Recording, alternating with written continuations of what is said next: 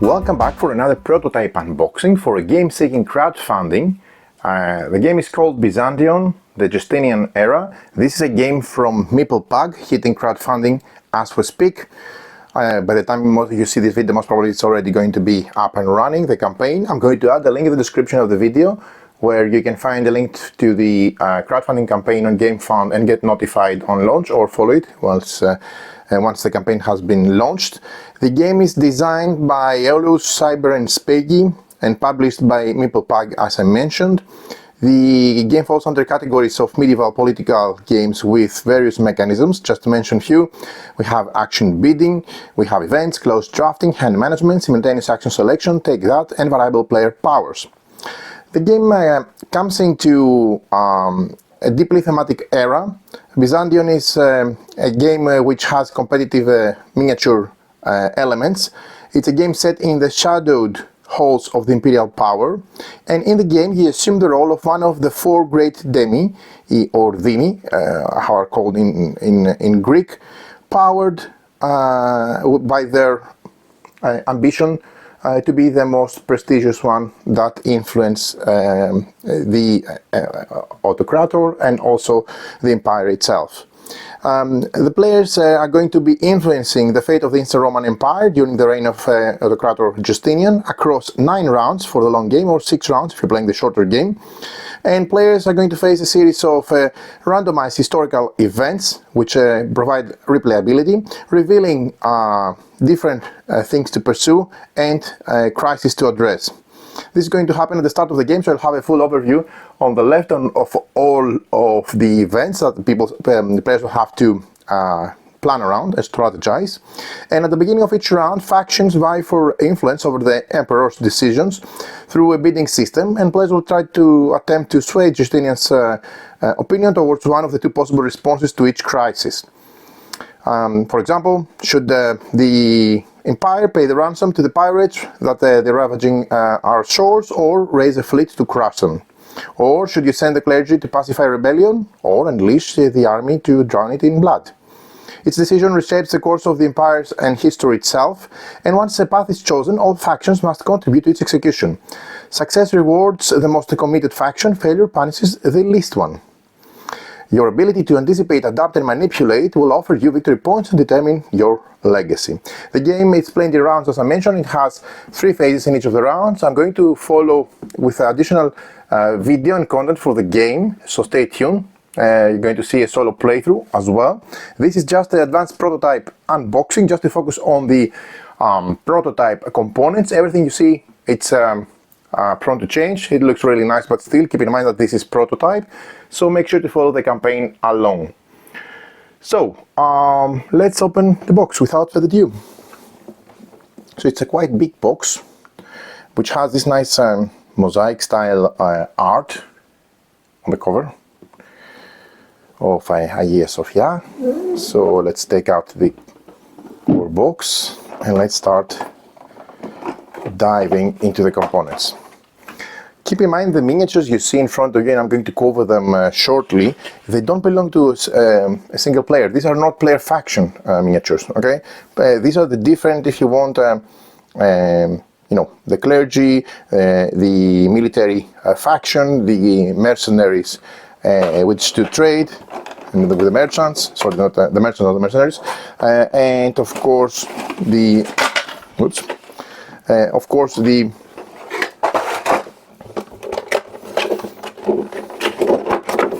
noble ones. So let's take everything out. I'm going to remove as much as possible. What you see at the bottom is the playmat, which I think is an add-on, if I'm not mistaken, for everyone who has followed the campaign, and would be able to be possibly acquired also in the course of the campaign itself. So let's start visualizing the different components. I'm going to focus first and foremost. These are the chameleon. These are like relics that change hands in each round, and they also give a very, very important bonuses. Okay, more on that later. For tie breaking, for different aspects. So let's put some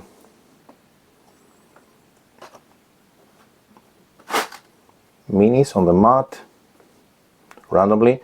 Players are going to be populating the different regions of the empire with the different type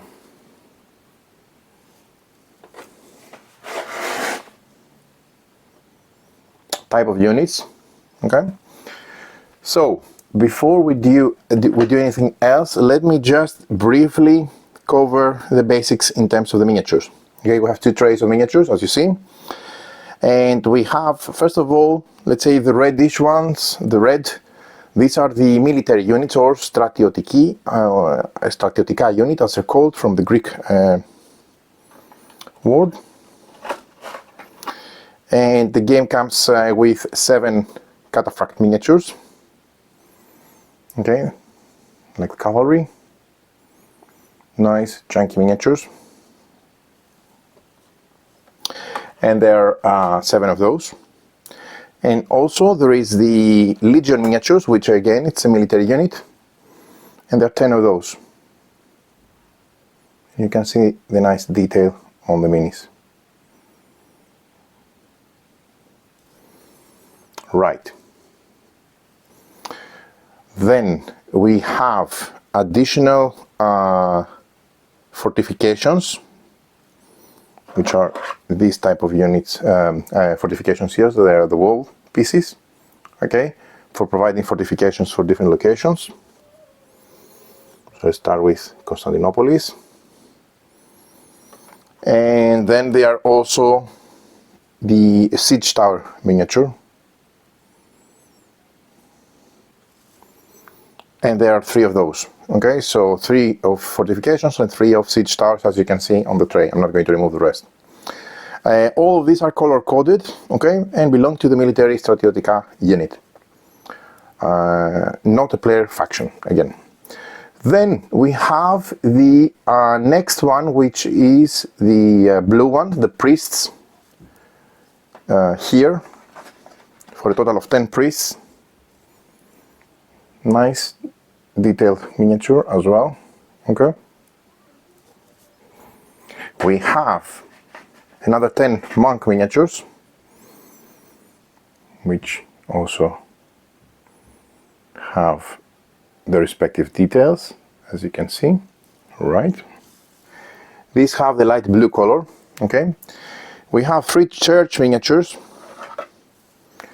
All these clergy blue faction is called Ecclesiastica, means derivative from church. Okay, so we have 3 churches,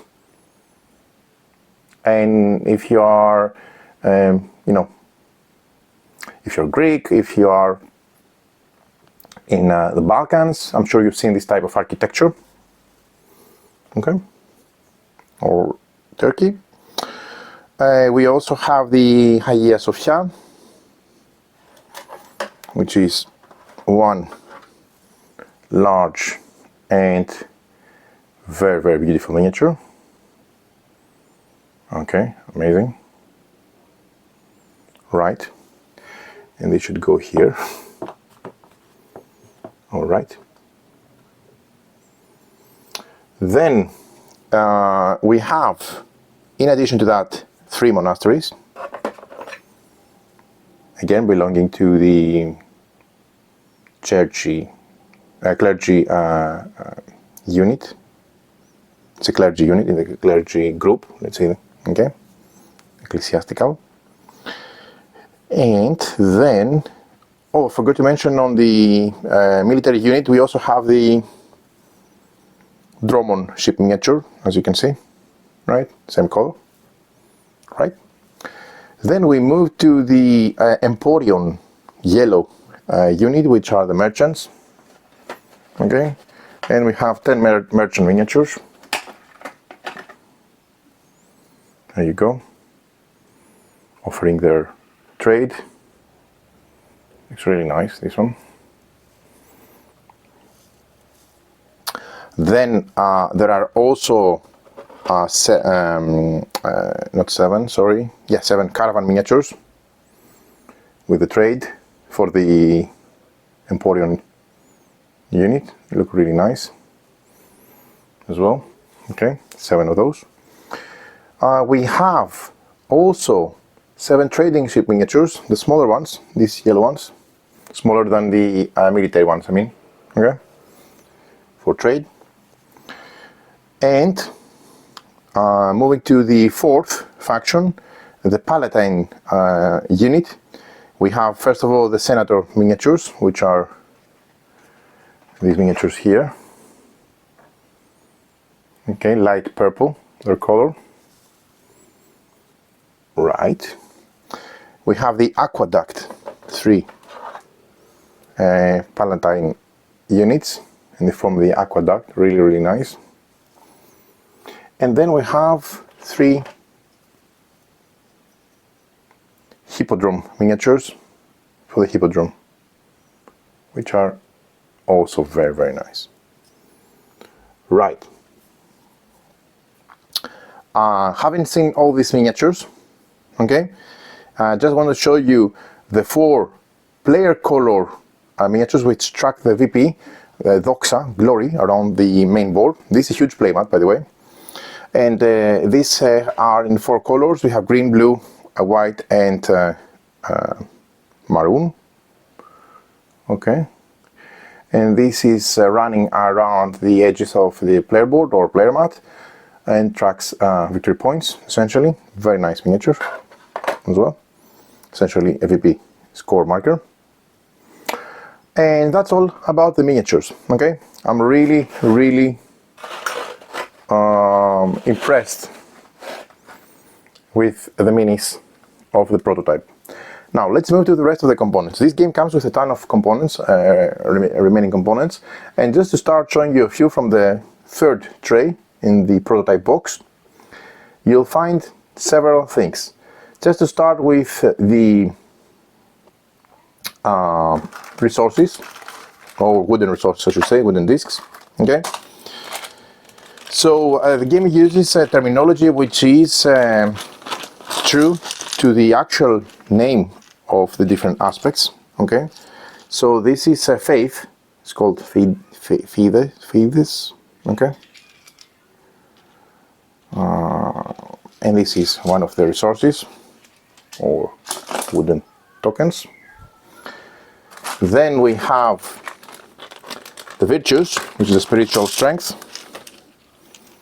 which are these tokens.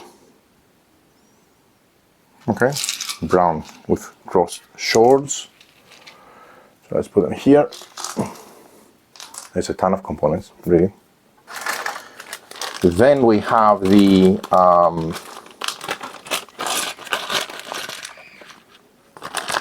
stone, for which the Latin word is, if I'm not mistaken, these are lapis. They're called lapis. Okay, so stone resources, printed on both sides, by the way. Really nice. Okay. Then we have the civicus, the civil wooden tokens. Okay, the civilians come from this Latin word as well. Right. Next, we have the lignum, which is the wood, essentially. Nice print. Okay. And not last, we have one more. It's the frumentum, which is for the food, essentially. On green, shows bread and grain, etc. Okay. And last, we have the authoritas, which is the influence, which players are using to influence in the by placing it on the event cards on one side or the other, the way and sway Justinian's opinion towards one or the other direction. Right. The game comes with coins. We have 12 gold coins, 16 silver, and 20 copper. and you can see them here. I've seen as an add-on there is also metal coins which look really nice, different color, different shape and size, different size. So let's put that here to the side. Okay. Then we have respectively the dynamis chips, which is the strength, a word for strength, Greek word for strength. And this, if you played Splendor, you know what to expect. These are these have the same qualitative feel of Splendor, as I said. Very nice. This is the strength markers. Essentially, each player starts with 10, and you can gain more depending on the chameleon, which is the relics that you gain, depending on bidding, turn order, etc. Anyway, there are ways to get these, and these are really nice. These are essentially actions used to draft cards to perform your plans. Right, I'm just going to drop them here. They look really nice as well. Last but not least, we have the diptych, which is a wooden marker that goes on the left and goes from event to event, marking the number of rounds as well. Okay, placing it here. And there is also the respective Dimi seals, which refers to the players, and this is 2 seals for each of the players. P stands for the first letter in prasini, which is the word for green in Greek. Okay. And for the rest, these are player colors matching the VP track, VP tokens. And these are used to bid for turn order and gain resources as well on the start of each round. Then we have the different ivory caskets. Okay, several ivory caskets that I'm going to show you just now, and some additional tokens here. So let me show you how this looks.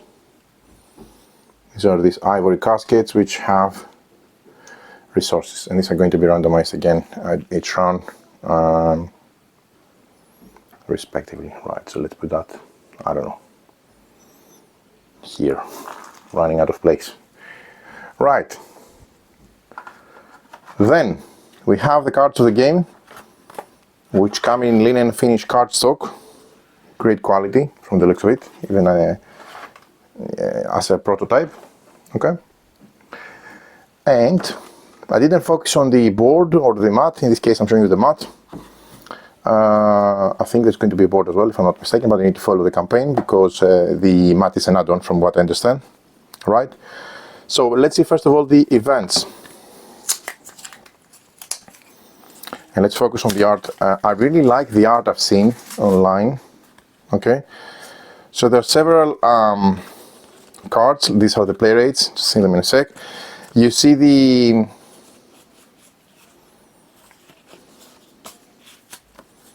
events are on 3 ages: age 1, age 2, and age 3. Great art. Okay, and there is a huge replayability with the different events. In general, the anatomy of event, but we're going to focus more later on the subsequent following content for the game. It has, these are trial events, but the majority are the ones that you know, you're just trying to convince. For example, the end of Napoleonic Academy. Either the event is going to be towards this side or this side, meaning silencing the philosophers, or Hellenic thought perseveres. Okay, and you're going to be adding those authority where they are here.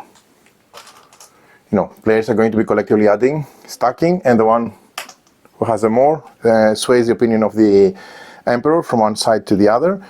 And at the end of the phase of the round, it's going to be resolved. And if this contribution is done, if this one was selected, it's a success, and this is the one who contributed the most gains this gain. If it is a failure, no matter which is selected, because this or that, depending on what we selected, was not provided from all players, combined from all players, then it's a failure, and the one who contributed the least gets some penalty. Okay, so let's just quickly, there's also some trial, which don't have the dual format. So let me just show you the art. They have the historical lore, as you can see here, the name, the chronological era. If you take several from the era 1 at the beginning of the first rounds, you need to put them chronologically as well. Okay, so this is nice, very nice art, and nice anatomy. Everything you can see easily and make out easily on the main board. Constructions of Hagia Sophia. Keep in mind again that these are far too many and much more than what you actually need for a single game. So there's a lot of replayability from what I understand, and they also are, from what I can see and what I've heard and read, historical events which try to give a lot of insight in the era and the theme of the game as well. So just for you to know, depending of course on the cards that we play, you're going to have them on the left. All of the events are going to be visible, okay, at the start of the game, so players can plan around them. Okay, era 1, then you have era 2, and so on. They can plan around them, and both for the current round that they're playing, but also for the whole game. Now there are some action play rates with the phases. We have the event phase, we have the resolve phase, we have the event phase. I don't know why this is third. Then we have the action phase, and then we have the resolve phase. Maybe because you can fit it nicer in the area that you have. Yeah, that's why I most probably put 1, 3, and then 2. So in the event phase, you start with the player holding the Imperial Ring, then you place your seals on the initiative, you gain and initiate the starting resources for the round, and order you gain and place influence, authority, or auctoritas on the two sides of the different event. Then players fulfill trying to fulfill the event section with the most authority, influence. Then you move to the action phase, where players are paying again authority, influence to draw cards and play them. Okay, more on that later. And then you have the resolve phase, where you resolve the event always at the end. So very nice that you also have the play rates, which are useful. Right, then let's move to the remaining cards. There are quite a few. Okay, we have the Empire intrigue cards, we have the Empire cards,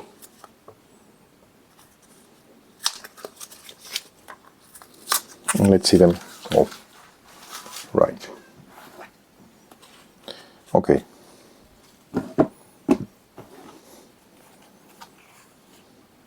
The back of these cards is really nice, and here's the art. Large portion of art. You have an offer of 8 cards each time to select, and from what I've seen, there is a ton of different art, so there is a huge variety, so this is really nice. Okay.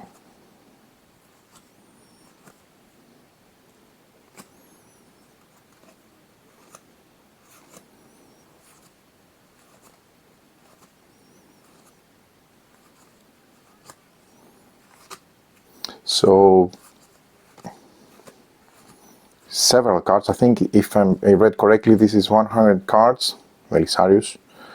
The cost, if it's a hero card, the different abilities of the card, etc. I'm not going into details on the game. This is just to show you the components and focus on the different aspects of this advanced prototype. It looks really nice.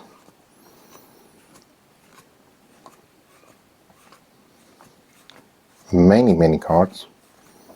I'm really impressed both with the quantity and the variety in the art. Each card is individual, has individual art. I mean, there are no duplicates, what I'm trying to say. And then the remaining ones.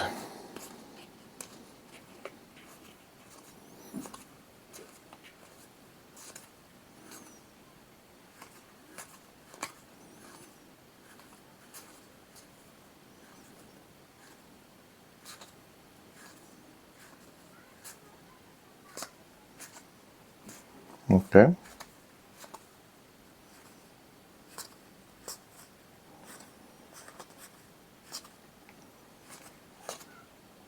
Very nice pictures.